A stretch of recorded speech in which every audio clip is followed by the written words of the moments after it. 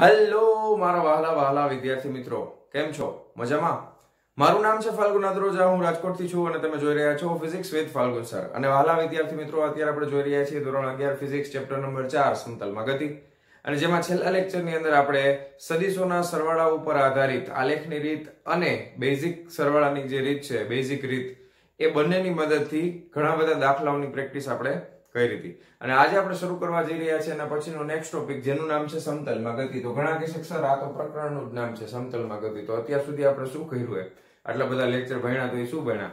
તો કે આપણે બે ભાગમાં ચેપ્ટરને વિભાજિત કરેલું હતું. પહેલા ભાગની અંદર સદિશો વિશે બધી માહિતી આપણે મેળવી લીધી કે બે સદિશ હોય, સદિશ કોને કહેવાય, ત્યાંથી શરૂ કરીએ. સદિશ અને અદિશનો તફાવત શું છે, બરાબર છે. પછી સદિશોનો સરવાળો કઈ રીતે કરી શકાય, એના માટે કઈ કઈ રીતનો ઉપયોગ થાય છે, બરાબર, એ બધી ચર્ચાઓ આપણે કરેલી. તો એ બધા મોટા ભાગની બધી ચર્ચા છે સદિશ ઉપર આધારિત હતી. અને હવે આપણે ખરેખર શરૂ કરવાના છીએ સમતલમાં ગતિ. એટલે તમને ખબર છે કે આના આગળના પ્રકરણમાં, એટલે કે સુરેખ પથ પરની ગતિ છે, એની અંદર આપણે વેગ એટલે શું, સરેરાશ વેગ એટલે શું, તાત્ક્ષણિક વેગ એટલે શું, પ્રવેગ કોને કહેવાય, સરેરાશ પ્રવેગ એટલે શું, તાત્ક્ષણિક પ્રવેગ શું છે, એ બધી જ માહિતી મેળવેલી, બરાબર છે. તો ગતિ માટે એ બધી વસ્તુની જરૂર પડવાની જ છે. તો એ જ રીતે જ્યારે આપણે કોઈ કણ સમતલની અંદર ગતિ કરતું હોય, કોઈ પદાર્થ સમતલમાં ગતિ કરે છે, તો એ પદાર્થનો સરેરાશ વેગ કેવી રીતે મેળવવો, એ પદાર્થનો તાત્ક્ષણિક વેગ કેવી રીતે મેળવવો સદિશના સ્વરૂપમાં, કારણ કે સદિશની જરૂર પડવાની છે, સમતલમાં ગતિ થાય છે. એટલા માટે પહેલા આપણે સદિશ શીખી લીધું અને હવે આપણે આ બધી માહિતી મેળવવાના છીએ. ક્લિયર છે? ઓકે. તો સૌથી પહેલી વસ્તુ, સમતલમાં ગતિ માટે સૌથી પહેલા આપણે શું ચર્ચા કરશું? તો કે પહેલી ચર્ચા આપણે કરશું કે સ્થાન સદિશ અને સ્થાનાંતર, બરાબર, આ કેવી રીતે મેળવવું એના વિશે આપણે ચર્ચા કરવાના છીએ. સ્થાન સદિશ એટલે શું અને સ્થાનાંતર એટલે શું? એમ તો સ્થાન સદિશ શું છે એ લગભગ આગળ આવી ગયું છે આ પ્રકરણની અંદર. ફરી પાછી આપણે માહિતી મેળવી લઈ. દાખલા તરીકે કોઈ એક XY નિર્દેશ ફ્રેમ, આપણે આને શું લઈ લીધી છે? નિર્દેશ ફ્રેમ તમે લઈ લીધી છે. નિર્દેશ ફ્રેમ એટલે શું એની માહિતી આપણે પહેલા પ્રકરણમાં લઈ લીધી છે.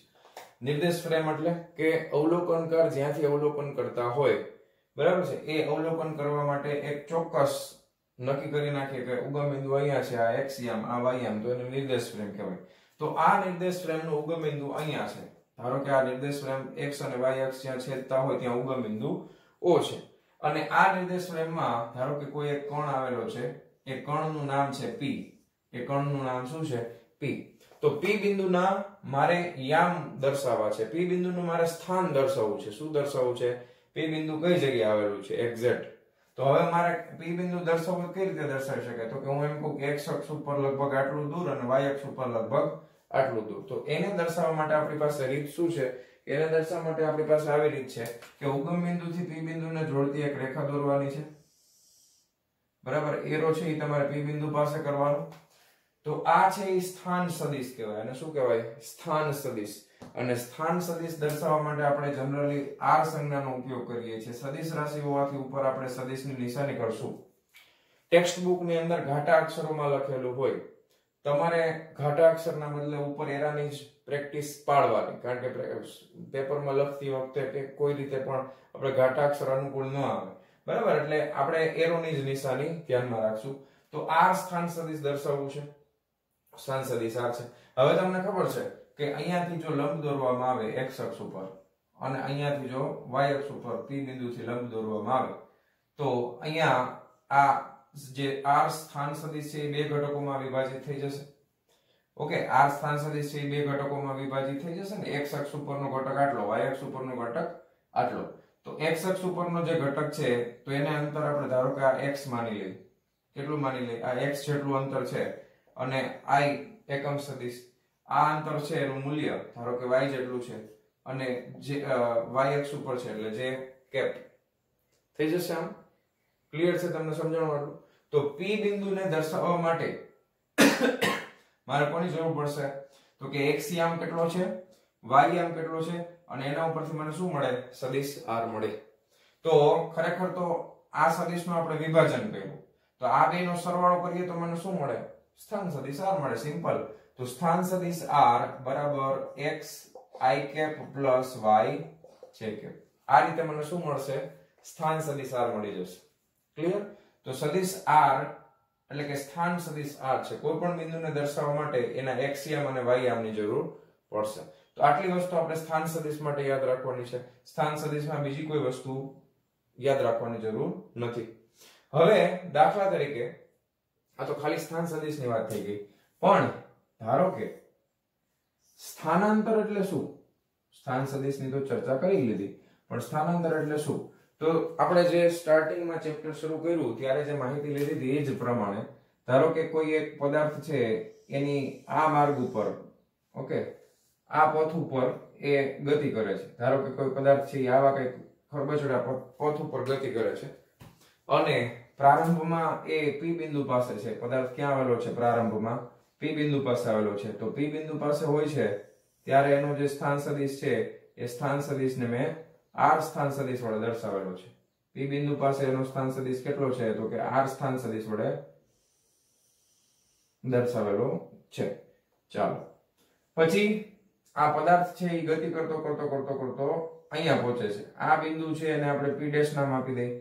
તો P' બિંદુ પાસેનો સ્થાન સદિશ છે એને હું r' સદિશ વડે દર્શાવવાનો છું. સમજાયું? ધારો કે કોઈ પદાર્થ છે એ xy યામ પદ્ધતિની અંદર, ઓકે, P બિંદુથી લઈ અને P' બિંદુ સુધી જાય છે. ઓકે, આ એનો માર્ગ આ રીતનો છે, ખરબચડો માર્ગ એટલે કર્વડ માર્ગ છે. જો સીધે સીધો નથી જતો, આ રીતે જાય છે. તો આ ટોટલ લંબાઈ જે આવશે એ પથ લંબાઈ આવશે. પણ આપણે અત્યારે સ્થાનાંતરની વાત કરવાના છે. કોની વાત કરવાના છે? સ્થાનાંતરની વાત કરવાના છે. તો સ્થાનાંતર એટલે શું થાય? અંતિમ બિંદુ અને પ્રારંભિક બિંદુ વચ્ચેના લઘુત્તમ અંતરને કોણે કરેલું શું કહેવાય? તો કે સ્થાનાંતર કહેવાય. તો સ્થાનાંતર સદિશ મારે જોતો હશે તો ક્યાંથી ક્યાં જાય છે? P થી P' સુધી જાય છે. તો પ્રારંભિક બિંદુ હોય ત્યાં સદિશની પૂછ આવશે અને અંતિમ બિંદુ હોય ત્યાં સદિશનું શું આવે? તો કે શીર્ષ આવે. તો આને તમે આ રીતે દર્શાવી શકો, આમ. તો PP' જે છે એ સ્થાનાંતર સદિશ છે. કોણે શું કર્યું? તો કે સ્થાનાંતર કર્યું. ક્યાંથી ક્યાં સુધી? તો કે P થી લઈને P' સુધીનું જે છે એ એને સ્થાનાંતર કરેલું છે. ક્લિયર આટલી વસ્તુ? તો હવે અહીંયા આગળ જો મારે r સદિશ અને r' સદિશ બતાવવા હોય તો હું સદિશ r ને આ રીતે હું લખી શકું. r સદિશ છે તો એ x i કેપ વત્તા y j કેપ છે r સદિશ. અને r' સદિશ મારે બતાવવો હોય તો r' સદિશમાં ધારો કે x' i કેપ છે પ્લસ y' જેટલું j કેપ છે. અહીંયાથી આ અંતર છે એ કેટલું છે? તો કે x' જેટલું. આ અંતર છે y' જેટલું. p માટે હોય તો આ x જેટલું ના y જેટલું. ક્લિયર છે? આટલું ખબર પડી? ઓકે. હવે સ્થાનાંતર સદિશ શું છે? તો કે અંતિમ સ્થાન અને પ્રારંભિક સ્થાન વચ્ચેનો તફાવત છે. સ્થાનાંતર શું છે? અંતિમ સ્થાન અને પ્રારંભિક સ્થાન વચ્ચેનો તફાવત છે. તો સ્થાનાંતર સદિશ છે એને આપણે ડેલ્ટા r ઉપર સદિશની નિશાની આ રીતે દર્શાવી શકાય. સ્થાનાંતર સદિશને તફાવત જ્યાં પણ મેં તમને પહેલા કીધેલું છે, જ્યાં તફાવત આવે, ફેરફાર આવે, તફાવત આવે ત્યાં ડેલ્ટા સંજ્ઞા યુઝ થશે. આ ત્રિકોણ નાનું એવું બનાવે શું કહેવાય? ડેલ્ટા. ઓકે, ડેલ્ટા એટલે તફાવત. તફાવતને દર્શાવવા માટે ડેલ્ટા સંજ્ઞાનો ઉપયોગ થાય છે. તો સ્થાનાંતર સદિશ એ શું છે? તો કે સ્થાનાંતર સદિશ શું થાય? તો કે અંતિમ સ્થાન માંથી પ્રારંભિક સ્થાનને બાદ કરવાનું. તો કે અંતિમ સ્થાન કેટલું છે? તો કે r' છે માઈનસ પ્રારંભિક સ્થાન કેટલું છે? તો કે r છે. આ બિંદુ પાસેનું સ્થાન તો કે r', પ્રારંભિક સ્થાન તો કે r. r' માઈનસ r કરવાનું. હવે r' માઈનસ r કરીએ તો અહીંયા કિંમત મૂકી દેવાની.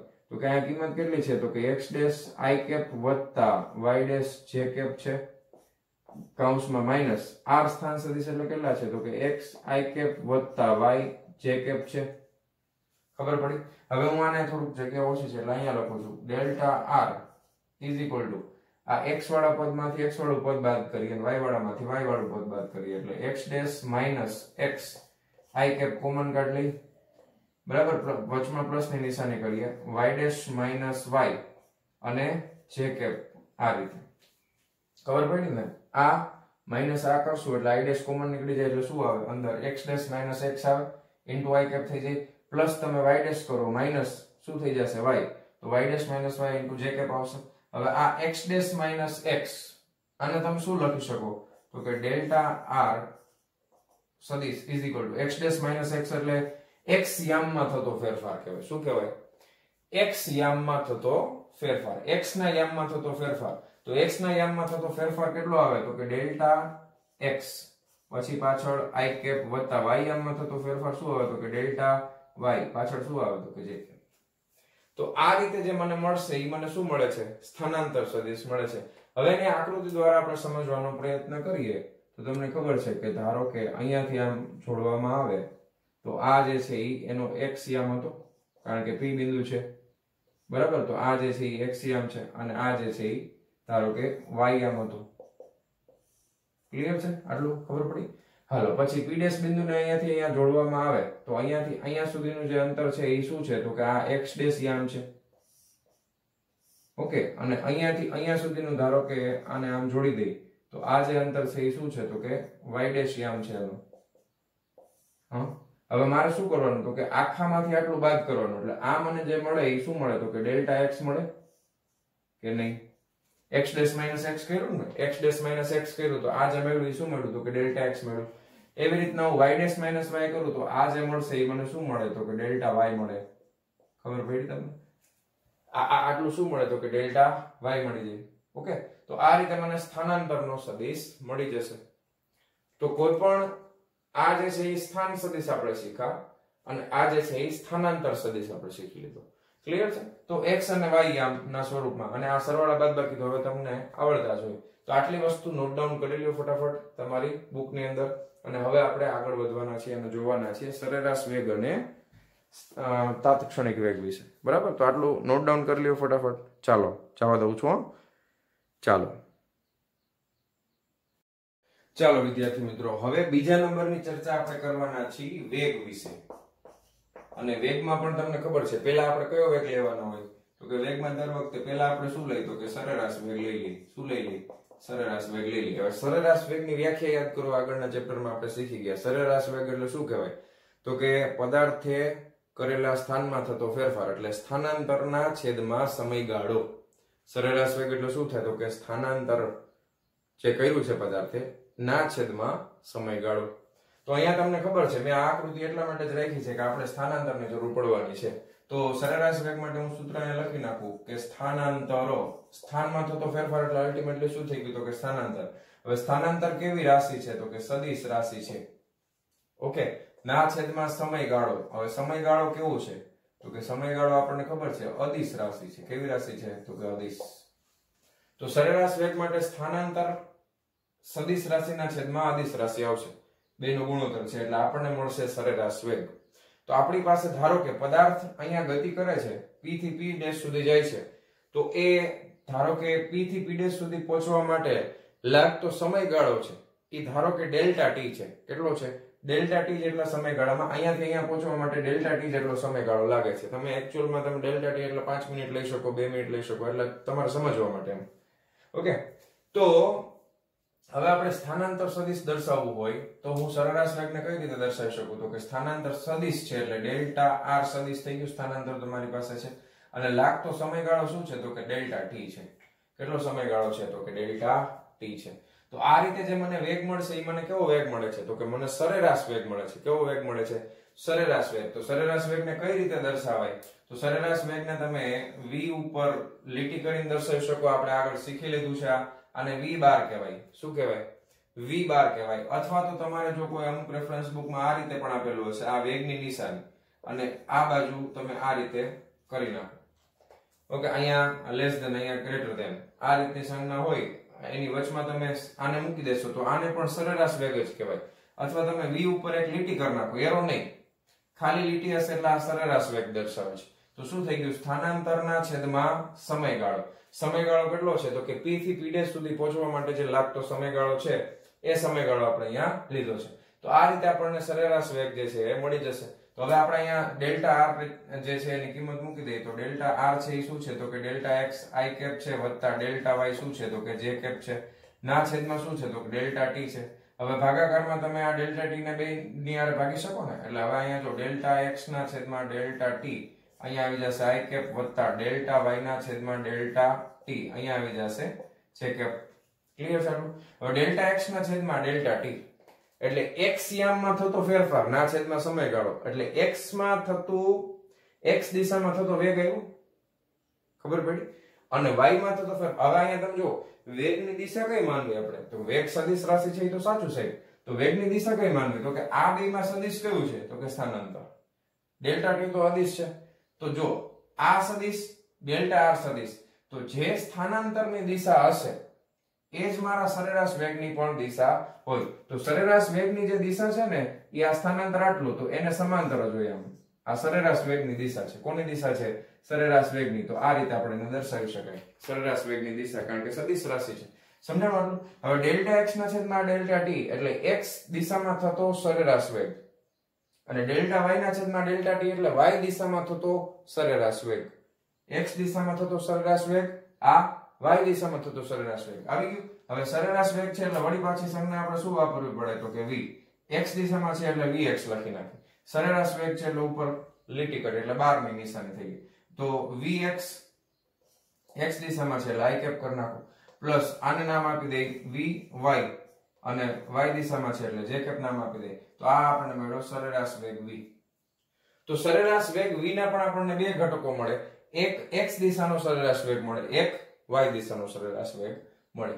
બરાબર? તો સરેરાશ વેગ માટે આટલી વસ્તુ આપણે ધ્યાનમાં રાખવાની છે. તો ફટાફટ આ સરેરાશ વેગની જે વસ્તુ છે એને ધ્યાનમાં રાખી આટલી વસ્તુ લખી નાખો. અને હવે આપણે શીખવાના છીએ તાત્ક્ષણિક વેગ અથવા તત્કાલીન વેગ. આ રીતે આપણે ગ્રાફમાં સદિશની સ્વરૂપે કઈ રીતે દર્શાવી શકાય એ તત્કાલીન વેગની ચર્ચા આપણે કરવાના છીએ. તો ફટાફટ આટલું નોટ ડાઉન કરો, વિડિયો પોઝ કરીને લખી નાખો. ચાલો જવા દઉં છું. ચાલો વિદ્યાર્થી મિત્રો, સરેરાશ વેગ જોયા પછી હવે આપણે જોવાના છીએ તાત્ક્ષણિક વેગ અથવા તત્કાલીન વેગ. બે નામ છે એના. પહેલું તમે એને કહી શકો તાત્ક્ષણિક વેગ, અથવા એનું બીજું નામ શું છે? તત્કાલીન વેગ. બરાબર? આ બે નામ તમને ખબર જ છે ઓલરેડી. તાત્ક્ષણિક વેગ કયો અથવા તત્કાલીન વેગ કયો આગળના પ્રકરણમાં આપણે ઓલરેડી શીખી લીધું છે. હવે તાત્ક્ષણિક વેગ એટલે શું થાય એની વ્યાખ્યાને આપણે યાદ કરીએ ફરી પાછા. કે સમયના શૂન્ય વર્તગાળા માટે પદાર્થના સરેરાશ વેગને તેનો તાત્ક્ષણિક વેગ કહે છે. સમયના શૂન્ય વર્તગાળા માટે પદાર્થના સરેરાશ વેગને તેનો તાત્ક્ષણિક વેગ કહે છે. તો હવે પહેલા આપણે સરેરાશ વેગ લખી નાખીએ. અહીંયા સરેરાશ વેગ v બાર બરાબર મેં શું લખ્યું હતું હમણાં? તો કે સ્થાનમાં થતો ફેરફાર એટલે ડેલ્ટા આર સદિશ ના છેદમાં સમયમાં થતો ફેરફાર એટલે સમયગાળો ડેલ્ટા t. હવે મારે સમયગાળો છે અને જો હું શૂન્યવત બનાવી નાખું તો એ પર્ટિક્યુલર સમયનો મને શું મળશે? તાત્ક્ષણિક વેગ મળશે. તો ખાસ ધ્યાનથી જોજો. હવે આપણે શું કરવાના છે? તો કે સમયનો જે ગાળો છે એને શૂન્યવત બનાવવો છે. તો હવે આપણને શું આવડવું જોઈએ? તો કે લિમિટ મુકતા આવડવી જોઈએ. શું મુકતા આવડવી જોઈએ? લિમિટ. લિમિટ એટલે લક્ષ. શું કહેવાય? લક્ષ. જે બધું આપણે શીખેલા છે. તો સમયનો મારે શૂન્યવત ગાળો બનાવવો છે તો એને આમ લખવાનું LIM એટલે limit delta t tends to 0. આ શું બતાવે? Limit delta t tends to 0. સમયનો ગાળો હું શૂન્યવત કરતો જાઉં છું. કોના માટે? તો કે ડેલ્ટા r ના છેદમાં ડેલ્ટા t માટે. કોના માટે? ડેલ્ટા r સદિશના છેદમાં ડેલ્ટા t માટે. તો જ્યારે હું આ મૂકી દઈશ ત્યારે આ સરેરાશ વેગ છે કેમાં પરિવર્તિત થઈ જશે? તાત્ક્ષણિક વેગમાં. તો તાત્ક્ષણિક વેગ બોલો અથવા પદાર્થનો વેગ, ખાલી જ્યારે આપણે વેગ શબ્દ વાપરીએ ત્યારે આપણે સમજવાનું કે તાત્ક્ષણિક વેગની વાત આપણે કરી રહ્યા છીએ. તો અહીંયા આગળ તાત્ક્ષણિક વેગ v સદિશ બરાબર limit delta t tends to 0 delta r ના છેદમાં શું આવી જશે? Delta t. તો તમને ખબર છે કે જ્યારે લિમિટ મૂકી દઈએ ત્યારે હવે આ લક્ષમાંથી કેમાં પરિવર્તિત થઈ જશે? વિકલનના સ્વરૂપમાં. બરાબર? કલન શાસ્ત્રનો ઉપયોગ આપણે આમાં કરવો પડે. તો આ થઈ જશે ડેલ્ટા ની જગ્યાએ શું આવી જશે? dr ના છેદમાં dt. શું આવી જશે? dr ના છેદમાં dt. આ રીતે તમે એને લખી શકો છો. તો સદિશ v એટલે તાત્ક્ષણિક વેગ v બરાબર થઈ જશે dr ના છેદમાં dt. dr ના છેદમાં dt. ક્લિયર છે આટલી વસ્તુ? તો આ મેથેમેટિકલ સ્ટેપ આપણે લખી નાખ્યા. ઓકે, આને શું કહેવાય? સમયની સાપેક્ષે સ્થાનનું વિકલિત. સમયની સાપેક્ષે સ્થાનાંતરનું વિકલિત કહેવાય. સમયની સાપેક્ષે સ્થાનાંતરનું વિકલિત. ઓકે, કઈ રીતે બોલવું એ પણ આપણને ખબર છે. હવે ખાસ આપણે આને આકૃતિ દ્વારા સમજવાનું છે કે સમયનો ગાળો શૂન્યવત કરવો હોય તો શું કહેવા માંગે છે. ટેક્સ્ટ બુકમાં 4 અલગ અલગ આકૃતિ દર્શાવી છે. એમાંથી પહેલી 3 છે એને હું ભેગી કરીને તમને સમજાવું છું. આપણી પાસે જગ્યા ઓછી છે એટલે, અને ટાઈમ ન બગડે એટલે. બાકી તમે આ બહુ હોશિયાર છો તમે બધા, ફટાફટ તમે સમજી જાવ છો. બહુ જબરજસ્ત હોશિયાર છો તમે બધા. આ x અક્ષ છે, આ y અક્ષ છે. બરાબર? ફટાફટ સમજી જશે, એમાં કઈ નથી. જો ધારો કે કોઈ પદાર્થ જે છે એનું સ્થાન આ રીતે સ્થાનાંતર થાય છે. ઓકે, શરૂઆતમાં આપણે બે બિંદુઓ છે, એક બિંદુ આપણે ફિક્સ રાખી, ધારો કે આ બિંદુ છે એને ફિક્સ રાખી દઈએ P, અને આ P બિંદુ જે છે એનું સ્થાન મારે દર્શાવવું છે, તો સ્થાન સદિશ મારે R દર્શાવવો પડે. ઓકે, હવે હું બાકી છે ને ત્રણ બિંદુઓ લઉં છું અલગ અલગ. અહીંયા લઉં છું P1 બિંદુ, અહીંયા લઉં છું P2 બિંદુ, અહીંયા લઉં છું P3 બિંદુ. બરાબર. હવે શું થયું તો કે P1 બિંદુ છે તો એનો સ્થાન સદિશ મારે દર્શાવવો હોય તો શું થાય તો કે R1 સ્થાન સદિશ થાય. P2 બિંદુ છે એનો સ્થાન સદિશ દર્શાવવો હોય તો શું થાય તો કે R2 સ્થાન સદિશ થાય. P3 બિંદુનો સ્થાન સદિશ દર્શાવવો હોય તો શું થાય તો કે R3 સ્થાન સદિશ થાય. હવે આવું કેમ કર્યું તો કે મારે શું કરવું છે તો કે આ P થી P1 વચ્ચેનો જે સમયગાળો છે એ ડેલ્ટા T છે, તો એને આપણે પહેલો સમયગાળો છે P થી P1 ની વચ્ચેનો એને હું ડેલ્ટા T1 કહી દઉં છું. પછી P થી P2 વચ્ચેનો સમયગાળો છે ડેલ્ટા T2 કહી દઉં છું. P થી P3 વચ્ચેનો સમયગાળો છે એને ડેલ્ટા T3 કહી દઉં છું. બરાબર. તો હું શું કરું છું સમયગાળો ઘટાડતો જાઉં છું. હું શું કરું છું સમયગાળાને ઘટાડતો જાઉં છું. તો જ્યારે હું સમયગાળાને ઘટાડતો જાઉં છું ત્યારે મને અલગ અલગ સરેરાશ વેગ મળવાના છે. અલગ અલગ સરેરાશ વેગ મળશે. દાખલા તરીકે P થી P1 વચ્ચેનો સરેરાશ વેગ મારે જોતો હોય તો આ રીતે મને સ્થાનાંતર સદિશ મળશે. તો એનો સરેરાશ વેગ v છે એની દિશા આ તરફ આવે. સરેરાશ વેગ v ની દિશા કઈ તરફ આવે? P થી P1 માટે આ તરફ આવશે. હવે ખાસ નોંધવા જેવી વસ્તુ એ છે કે સમયનો ગાળો છે એ હું ઘટાડતો જાઉં છું. સમયનો ગાળો ઘટાડું છું એનો મતલબ એમ કે ડેલ્ટા T1 છે એ સૌથી મોટું છે. એનાથી નાનું શું છે તો કે ડેલ્ટા T2 એના કરતા પણ નાનું છે. પછી એના કરતા પણ નાનું શું છે તો કે ડેલ્ટા T3 એના કરતા પણ નાનું છે. સમજાય તમને? તો હવે તમે જુઓ કે અહીંયાથી સ્થાનાંતર સદિશ આવડો હતો. હવે સ્થાનાંતર જેમ સમયનો ગાળો ઘટતો જશે એમ સ્થાનાંતર સદિશ ઘટતો જશે. તો સ્થાનાંતર જે આ R થી R1 વચ્ચેનું છે એને આપણે ડેલ્ટા R1 સ્થાનાંતર નામ આપી દઈએ તો એ સૌથી મોટું થશે. એના પછી ડેલ્ટા R2 સ્થાનાંતર એ એના કરતા નાનું થશે. એનાથી નાનું શું થશે તો કે ડેલ્ટા R3. તો આ સ્થાનાંતર છે એ સૌથી નાનું થશે. સ્થાનાંતર પણ નાના થતા જાય છે. જો જેમ સમયનો ગાળો ઘટતો જાય છે એમ સ્થાનાંતર સદિશ પણ નાના. તમને ખબર જ છે આકૃતિમાં તમે જુઓ તો આ ઘટતા જાય છે. આ લંબાઈ આવડી પછી આવડી પછી આવડી. તો સ્થાનાંતર સદિશ છે એ પણ ઘટતું જશે આ રીતે. ખબર પડી? હવે મારે આ ઘટાડતા ઘટાડતા ડેલ્ટા T જે છે એને કેવું કરવાનું છે? શૂન્યવત. હવે તમે એક બીજી વસ્તુ સમજો કે અહીંયા આગળ સરેરાશ વેગની દિશા આમ હતી. પછી અહીંયા આટલા માટે તમે લેશો તો સરેરાશ વેગની દિશા છે એ આ તરફ થઈ જશે. બરાબર. આપણે એક જ આકૃતિમાં બધું ભેગું કર્યું છે એટલે આ રીતે થશે. સોરી, સરેરાશ વેગ એટલે ઉપર v બાર. તો એના માટે સરેરાશ વેગની દિશા આમ આવશે અને આના માટે આમ આવશે. સમજે તમને? થોડુંક થોડુંક એંગલ બદલતો જાય છે. આમાં આમ હતો પછી ખૂણો આમ થયો પછી આમ થયો. કારણ કે આપણે જો આમ ગતિ આમ થાય છે આ ઢાળ ઉપર. હવે જો એવું કરવામાં આવે કે સમયનો ગાળો શૂન્યવત બનાવવામાં આવે તો શું થાય? તો આકૃતિને ખાસ ધ્યાનથી સમજો. ફાઇનલ આકૃતિ કે જો શૂન્યવત ગાળો બનાવવામાં આવે તો આ જેનો ખરેખર ગતિપથ હતો તો ખાલી અહીંયા આપણી પાસે P બિંદુ એક વધે. શું વધે? P બિંદુ એક વધે. પદાર્થ ખરેખર જે છે એનો પથ આ તરફ છે ને આમથી આમ જાય છે. જો આમ જાય છે. હવે જો હું આને એકદમ નાનું બનાવી દઉં, એકદમ શૂન્યવત બનાવી દઉં તો હવે મારી પાસે માત્ર એક જ સ્થાન સદિશ વધે. ખાલી R જ વધે. જો કારણ કે R અને પછીનું જે Rn છે એ બે વચ્ચેનું અંતર તો એકદમ સૂક્ષ્મ થઈ ગયું. એકદમ સૂક્ષ્મ થઈ જાય છે તો હવે મારે અહીંયા વેગની દિશા શું બતાવી? તો તમે જુઓ કે અહીંયા આને સમાંતર આને સમાંતર બીજો વેગ, આને સમાંતર ત્રીજો. તો અહીંયા એકદમ બિંદુ વચ્ચે એટલે અહીંયા એકદમ નાની લીટી થાય. હવે એકદમ નાની લીટી એટલે શું થયું તો કે આ બિંદુ પાસે દોરેલો સ્પર્શક થયો. શું થયો? આ P બિંદુ પાસે દોરેલો સ્પર્શક થશે. તો અહીંયા આગળ જે વેગ મળે છે એ તાત્ક્ષણિક વેગ છે અને એની દિશા છે એ આને દોરેલા સ્પર્શકની દિશામાં છે. અથવા તો તમે આને અત્યારે v12 ના સ્વરૂપમાં રાખો કારણ કે સરેરાશ વેગનું જ બીજું સ્વરૂપ તાત્ક્ષણિક વેગ છે પણ સમયના શૂન્યવત ગાળા માટે છે. તો આ આકૃતિની અંદર તમે ડેલ્ટા t ટેન્ડ્સ ટુ શું લઈ લીધું છે? Limit delta t tends to કેટલા લઈ લીધા છે? 0. જો limit delta t tends to 0 થાય તો ડેલ્ટા r ટેન્ડ્સ ટુ પણ શું થઈ જાય? 0 થઈ જશે. ડેલ્ટા r ટેન્ડ્સ ટુ પણ કેટલા આવી જશે? 0. કારણ કે શૂન્યવત છે ને. સમયનો ગાળો શૂન્યવત હોય તો સ્થાનાંતર એ શૂન્યવત થાય ને, અતિ સૂક્ષ્મ. બરાબર. દાખલા તરીકે એક સમય છે એ 1 સેકન્ડ છે અને બીજો સમય છે એ 1.00001 સેકન્ડ છે. તો શૂન્યવત ફેરફાર થયો. સમયનો ફેરફાર ડેલ્ટા t આપણે ગણીએ તો શૂન્યવત થઈ ગયો. તો એમાં સ્થાનાંતર એકદમ શૂન્યવત જશે. તો આ રીતે આપણને સરેરાશ વેગમાંથી શું મળી જાય તો કે તાત્ક્ષણિક વેગ મળી જાય. તો આપણે આકૃતિના સ્વરૂપમાં પણ સરેરાશ વેગમાંથી તાત્ક્ષણિક વેગ કઈ રીતે મેળવવો એ આપણે શીખી લીધું. ખબર પડી? સમયનો ગાળો છે એને શૂન્યવત કરતો જવાનો. તો આ રીતે મળશે. હવે સાવ શૂન્યવત કરી નાખો તો સ્પર્શકની દિશામાં. તો તાત્ક્ષણિક વેગની દિશા, ખાસ આ વાક્ય ખાસ યાદ રાખવાનું છે કે તાત્ક્ષણિક વેગની દિશા કોઈ પણ પદાર્થ જે માર્ગે ગતિ કરતો હોય એ ગતિ માર્ગના જે બિંદુ પાસે તાત્ક્ષણિક વેગ જોઈએ છે એ બિંદુ પાસે દોરેલા સ્પર્શકની દિશામાં અને ગતિની દિશામાં હશે. સ્પર્શકની દિશામાં અને ગતિની દિશામાં. ગતિની દિશાનો મતલબ તમારે એમ સમજવાનું છે કે પદાર્થ આમથી આમ જાય છે તો ગતિની દિશા ખરેખર મારે આમ દોરવી પડે ને, આમથી આમ.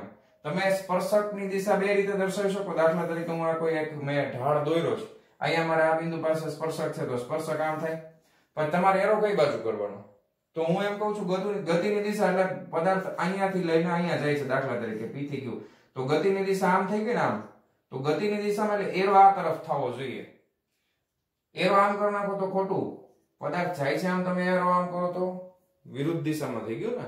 એટલા માટે ખાસ યાદ રાખજો કે સરેરાશ તાત્ક્ષણિક વેગ મેળવવા માટે પદાર્થનો જે ગતિપથ હોય એ ગતિપથના કોઈ પણ બિંદુ પાસે દોરેલો સ્પર્શક, કોઈ પણ બિંદુ પાસે દોરેલો સ્પર્શક ગતિની દિશામાં હોય તો એ આપણને તે બિંદુ પાસે તાત્ક્ષણિક વેગની દિશા દર્શાવે છે. એ બિંદુ પાસે શું દર્શાવે છે? તાત્ક્ષણિક વેગની દિશા દર્શાવે છે. તો આ વાક્ય ખાસ યાદ રાખવાનું છે. ઓકે, તો આટલી વસ્તુ છે. આ આકૃતિ હવે હું જવા દઉં છું, બરાબર? રેડી? આકૃતિ હું જવા દઉં છું એટલે આગળ આપણે વધીએ પાછા તાત્ક્ષણિક વેગમાં. સૂત્ર આજે આપણે સાબિત કરવાનું છે તાત્ક્ષણિક વેગનું. ઓકે, ક્લિયર આટલું? સોરી, વિડિયો પોઝ કરવાનું ભૂલી ગયો કહેતા. તમારે વિડિયો પોઝ કરીને આમાંથી દોરવું હોય તો એ દોરી નાખવાનું. ઓકે, હવે આપણે તાત્ક્ષણિક વેગ જે છે એની ખાસ વ્યાખ્યા લખી કે પદાર્થના ગતિપથના, પદાર્થના, આ ખાસ તમે લખી નાખજો, પદાર્થના ગતિપથના કોઈ પણ બિંદુ પાસે, પદાર્થના ગતિપથના કોઈ પણ બિંદુ પાસે તેનો વેગ, કોઈ પણ બિંદુ પાસે તેનો વેગ તે બિંદુ પાસે તેની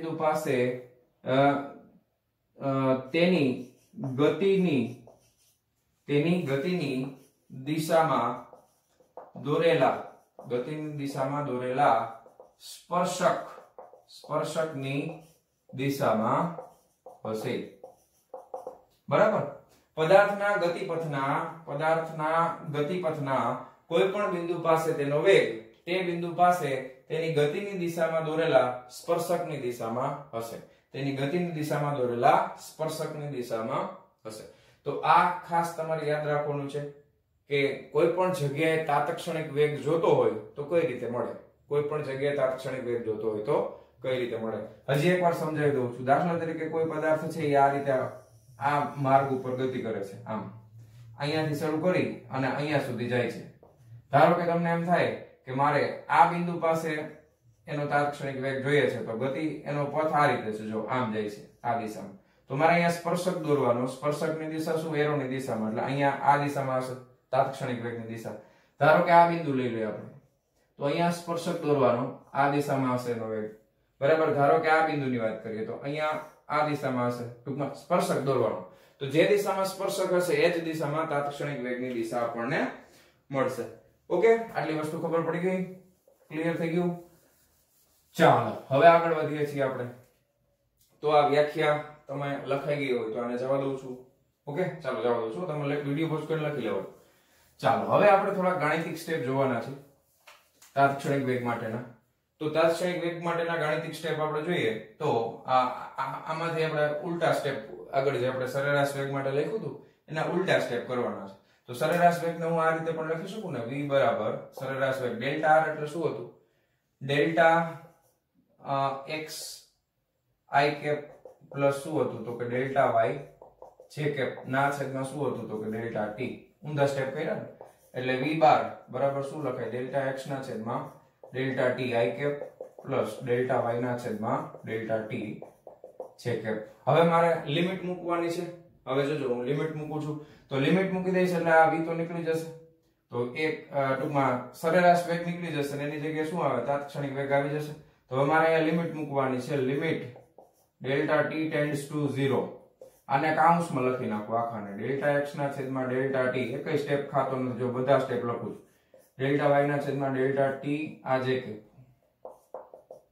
એકમ સદિશ હવે આ લિમિટ મૂકો ને એટલે લિમિટ આને લાગે અને આને લાગે બેયને અલગ અલગ સેપરેટલી લિમિટ લખવાની જો limit delta t tends to 0 કોને પહેલા લગાડી તો કે ડેલ્ટા x ના છેદમાં ડેલ્ટા t આને લાગી લિમિટ ગુણાકારમાં શું છે તો કે i કેપ તો છે જ વત્તા આ લિમિટ છે આને લાગશે તો આ થઈ જશે limit delta t tends to 0 કોને લાગી તો કે ડેલ્ટા y ના છેદમાં ડેલ્ટા t અને અહીંયા j કેપ તો છે જ હવે આ ડેલ્ટા x ના છેદમાં ડેલ્ટા t ટેન્ડ્સ ટુ 0 એટલે આ શું થઈ ગયું dy by dt આ શું થઈ ગયું dy સોરી dx છે ને y ક્યાં થઈ ગયો dx by dt આ i કેપ તો એમ નામ રહેશે પ્લસ આ શું થઈ જશે તો કે આ થઈ જશે dy by dt કયો કેપ છે તો કે j કેપ છે રેડી તો આ x દિશાનો તાત્ક્ષણિક વેગ મળ્યો આ y દિશાનો તાત્ક્ષણિક વેગ મળ્યો તો આ થઈ ગયું vx i કેપ પ્લસ આ થઈ ગયું vy j કેપ બરાબર આ આપણને શું મળી ગયું તો કે vx દિશાનો તાત્ક્ષણિક વેગ આ મળ્યો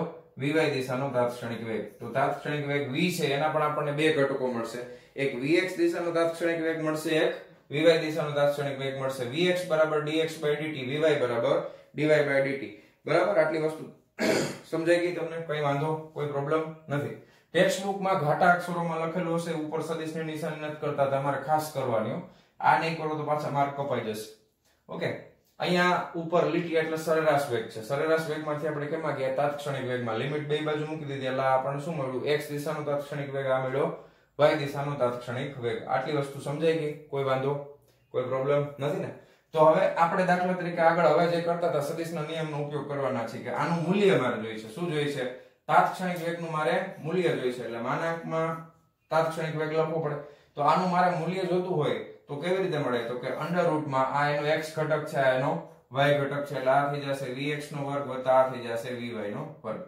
તો આ મને મળી જશે તાત્ક્ષણિક વેગ v નું મૂલ્ય તાત્ક્ષણિક વેગ v નું મૂલ્ય પછી ધારો કે આ કઈ દિશામાં છે તાત્ક્ષણિક વેગ કઈ દિશામાં છે તો એના માટે મારે શું કરવું પડે tan θ નો ઉપયોગ કરવો પડે tan θ બરાબર y ના છેદમાં x y અક્ષમાં થતો ફેરફાર ના છેદમાં x અક્ષમાં તો y અક્ષમાં થતો ફેરફાર એટલે vy આવે ના છેદમાં x અક્ષમાં થતો ફેરફાર એટલે vx આવે તો આ રીતે મને θ મળી જાય θ બરાબર tan ને સામે લઈ જાવ તો tan ઇન્વર્સ vy ના છેદમાં vx ઓકે તો આ મને તાત્ક્ષણિક વેગનું મૂલ્ય મળે છે એના ઘટકોના સ્વરૂપમાં અને અહીંયાથી મને તાત્ક્ષણિક વેગની દિશા મળી જશે ઓકે vy by vx ના સ્વરૂપમાં એટલે θ બરાબર tan ઇન્વર્સ vy ના છેદમાં vx રેડી આટલી વસ્તુ સમજાઈ ગઈ કોઈ પ્રશ્ન કોઈ ડાઉટ નથી ને કાઈ પણ હોય તો કમેન્ટમાં પૂછી લેવાનું ક્લિયર છે તો આ રીતે આપણને તાત્ક્ષણિક વેગ મળશે કન્સેપ્ટ આગળના ચેપ્ટરનો છે એ જ વસ્તુ આપણે સમજવાની છે પણ તમે આને ગ્રાફિકલી કઈ રીતે દર્શાવી શકો સદિશના સ્વરૂપમાં કઈ રીતે દર્શાવવાનું છે એ વસ્તુ તમને ખાસ અહીંયા સમજાવેલી છે ક્લિયર છે આટલું તો ફટાફટ વિડિયો પોઝ કરી અને આ વસ્તુ લખી નાખો હું હટી જાઉં છું સામેથી ચાલો લખી નાખજો ચાલો જવા દઉં છું ચાલો ચાલો વિદ્યાર્થી મિત્રો તો તાત્ક્ષણિક વેગ વિશે આટલી માહિતી મેળવ્યા પછી હવે તમને એમ થાય કે સર આને આકૃતિના સ્વરૂપમાં કેવી રીતે સમજવું તો સિમ્પલ છે જો સાવ એકદમ કે ધારો કે આપણી પાસે બે અક્ષ છે આ x અક્ષ છે આ y અક્ષ છે હવે દાખલા તરીકે આપણે જે રીતે ડ્રો કરતા હતા એ રીતે દાખલા તરીકે કોઈ પદાર્થ છે આ માર્ગે ગતિ કરે છે આ રીતે હવે તમારે કોઈ એક બિંદુ પાસે ધારો કે હું એમ કહું કે મારે આ બિંદુ પાસે તાત્ક્ષણિક વેગ જોઈએ છે આકૃતિની મદદથી સમજવાની વાત છે તો મારે શું કરવાનું આ બિંદુ પાસે ગતિની દિશાનો સ્પર્શક દોરવાનો એટલે ગતિની દિશામાં એરો આમ છે એટલે સ્પર્શકની દિશા ધારો કે મેં આવડો સ્પર્શક દોર્યો બરાબર તમે સ્પર્શક ગમે એવડું દોરી શકો છો સ્પર્શક તમે ગમે એવડો દોરી શકો છો તમને એમ થાય કે મારે આવડો દોરવું તોય ચાલે આવડો દોરો છે તો પણ ચાલે કાંઈ વાંધો નથી તો આ મને તાત્ક્ષણિક વેગની દિશા મળી જશે હવે આ તાત્ક્ષણિક વેગ જે છે એ વેગની દિશા છે એટલે આ સદિશના સ્વરૂપમાં મેં દર્શાવી દીધું હવે ખૂણો કેવી રીતે મેળવવો તો કે સર ખૂણો એટલે શું તો કે v ના બે ઘટકો આપણને ખબર છે ને vx અને vy તો બે ઘટકો મેળવવા હોય તો શું કરવું પડે તો કે અહીંયાથી મારે એક શિરોલંબ રેખા દોરવાની હોય આ બિંદુ પાસેથી અને અહીંયાથી મારે એક સમક્ષિતિજ રેખા દોરવી પડે તો આને તમે આટલી જ દોરો આખું દોરવાની જરૂર નથી તમે આને આટલી દોરશો એટલે v ના તમને બે ઘટકો મળી જશે બરાબર આ ઘટક છે એ કયો હશે તો કે આ vx ઘટક હશે ઉપરનો ઘટક છે એ કયો હશે તો કે આ vy ઘટક હશે તો આપણને બે ઘટકો મળી ગયા vx અને vy તો અહીંયા બેની વચમાં જે ખૂણો બનશે આ ખૂણો કેટલો બને તો કે આ બને θ. આ ખૂણો કેટલો બને તો કે θ. ક્લિયર છે? હવે આ ઢાળ તો જો અચળ જ છે, ઢાળ તો એટલો ને એટલો જ રહેવાનો છે, એટલે વેગનું મૂલ્ય તમને ફિક્સ જ મળે ને. તાત્ક્ષણિક વેગ તો એક ક્ષણે તમને મેં પહેલા સમજાવેલું હતું કે દાખલા તરીકે કાર હલાવતા હોય અને કાર હલાવતા હલાવતા અચાનક તમારું ધ્યાન છે સ્પીડોમીટર ઉપર જાય, તમે જુઓ કે કારની સ્પીડ અત્યારે 80 કિલોમીટર પ્રતિ કલાકની છે, તો તમારી નજર જે ક્ષણે ગઈ એક ક્ષણનો વેગ એટલે તાત્ક્ષણિક વેગ થઈ ગયું, બરાબર. તો એનું મૂલ્ય તો એક જ હશે તમે જ્યારે જોવો છો ત્યારે. તો અહીંયા આ θ બરાબર શું ગણવાનું આપણે? vy ના છેદમાં vx. તો આ vy થઈ ગયું અને આ શું થઈ ગયું તો કે vx થઈ ગયું. તો તમે આકૃતિના સ્વરૂપમાં આ રીતે એને સમજી શકો છો, બરાબર છે. આ મેં ખાલી મૂલ્ય દર્શાવ્યું છે, પણ મેં અહીંયા સદિશ દોર્યો છે. ધારો કે હું આખો સદિશ દોરું તો આને મારે મૂલ્યની સાથે દિશા એટલે vx i કેપ લખવું પડે સદિશના સ્વરૂપમાં લખવું હોય તો, અને આને મારે લખવું પડે vy j કેપ, બરાબર, vy j કેપ. પણ જ્યારે તમે tan θ મેળવતા હોય ત્યારે તમારે i કેપ j કેપ નહીં પણ ખાલી મૂલ્યની જરૂર છે, એટલે vy ના છેદમાં શું આવશે vx. આખો સદિશ દર્શાવ્યો એટલે vx i કેપ આટલું મૂલ્ય vx થઈ ગયું, પણ દિશા x માં છે એટલે ગુણાકારમાં i કેપ આવે. આ y દિશામાં છે તો ગુણાકારમાં શું આવે j કેપ આવે. તો આ સદિશ છે, ખાલી vx લખું તો મૂલ્ય થશે, સમજો, બરોબર. અને આ એરો કરી દીધો એટલે સદિશ આવી ગયો, ઉપર એરો કરી દીધો એટલે સદિશ આવી ગયું. ઓકે, તો આ રીતે તમે તત્કાલીન વેગ અથવા તાત્ક્ષણિક વેગને વ્યાખ્યાયિત કરી શકો છો, અને આટલા મુદ્દા તમારે તત્કાલીન અથવા તાત્ક્ષણિક વેગ માટે યાદ રાખવાના છે. આટલા મુદ્દા તમારે ધ્યાનમાં રાખવાના છે, યાદ રાખવાના છે. ક્લિયર છે આટલી વસ્તુ? કોઈ વાંધો નથી, બરાબર. હજી જો એક વસ્તુ આ ડેલ્ટા આર માં અહીંયા તમે સદિશ કરી શકો છો, અહીંયા તમે સદિશ કરી શકો છો. બાય મિસ્ટેક મારે કરવાનું રહી ગયું છે, પણ અહીંયા કારણ કે આ સ્થાનાંતર સદિશ છે ને એટલે અહીંયા dr માં પણ તમે સદિશ કરી નાખો, કઈ વાંધો નથી. એટલે એનાથી તમારે કેલ્ક્યુલેશનમાં કોઈ ફેર નથી પડવાનો, ગણતરી તો આપણે જે રીતે થવાની છે એ જ રીતે થશે. ઓકે, તો આપણે સમજી લીધું આકૃતિના સ્વરૂપમાં પણ કઈ રીતે એને મેળવી શકાય. ઓકે, તો વાલા વિદ્યાર્થી મિત્રો, આજનો આ લેક્ચર આપણે અહીંયા પૂરો કરીએ છીએ. મળીએ છીએ નેક્સ્ટ વિડિયો લેક્ચરમાં આના પછીના ટોપિક એટલે કે સરેરાશ પ્રવેગ અને તાત્ક્ષણિક પ્રવેગની સાથે. ત્યાં સુધી આવજો.